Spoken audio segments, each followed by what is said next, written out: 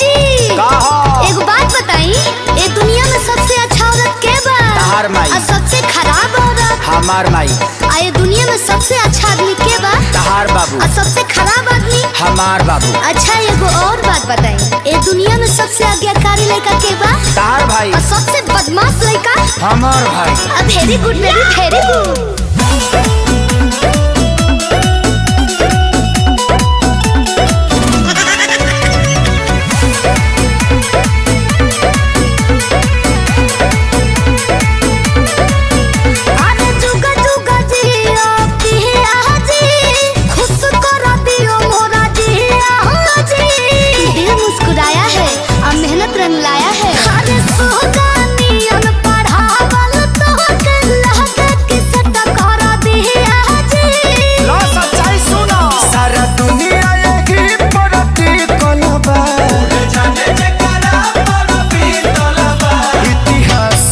पाना में लिखल बा मेहरा रूस के हुन जीतल बा। इतिहास के पाना में लिखल बा मेहरा रूस के हुन जीतल बा।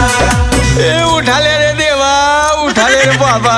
अच्छा एगो और बात बताई, का हो? केकरा हाथ के खाना मिठाई लगेला? तहरा हाथ के। और केकरा हाथ के मिर्चाई लगेला? भौजाई के। So cute baby. एक और बात बताइए, बैंक बैलेंस कमा के किसको देना है? आपको। और किसको बताना नहीं है? बाप को। यस।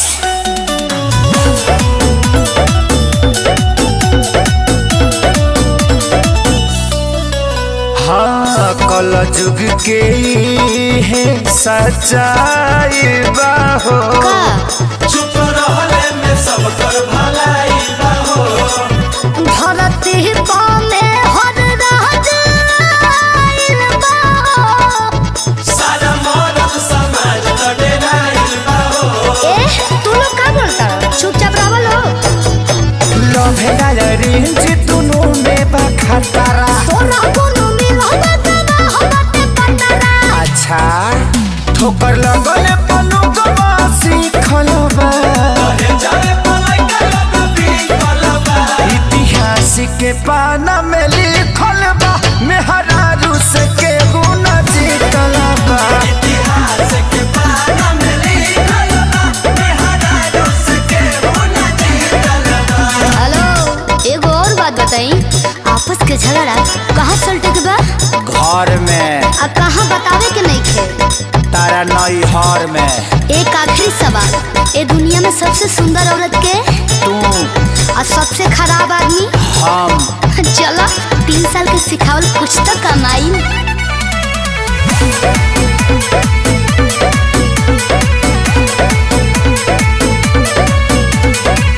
सब कर इंजान भइल सीज बाहो।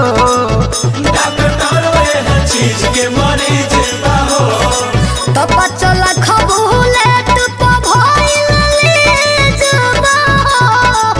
बोल जान खोला भौजी प्लीज बाहो। हटिए तो बात मत करी मेरे से। का है? अरे लागे खिसियाई गइलू हमारा से प्यारी। बात नहीं करब तो